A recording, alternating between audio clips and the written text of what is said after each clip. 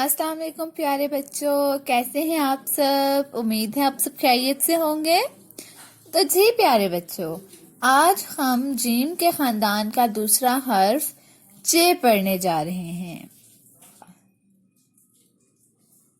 चे, चा, चे, चा। तो जी प्यारे बच्चों, जैसा कि आप देख सकते हैं कि हमें कुछ तस्वीर दी गई हैं। पहली तस्वीर में है चाय, चेचा चाय, चेचा चाय। दूसरी तस्वीर में हमें क्या दिया गया है प्यारे बच्चों? चूजा, चेचा चूजा, चेचा चूजा। तीसरी तस्वीर में हमें क्या दिया गया है प्यारे बच्चों?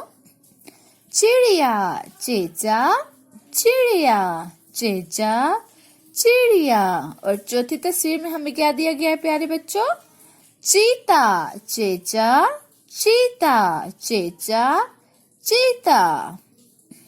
चेचा छतरी, चेचा छतरी। चेचा चूड़ियां, चेचा चूड़ियां। चेचा चाबी, चेचा चाबी। उम्मीद है प्यारे बच्चों आप घर में इसकी दोहराई करेंगे। अपना ख्याल रखिएगा। अल्लाह हाफिज।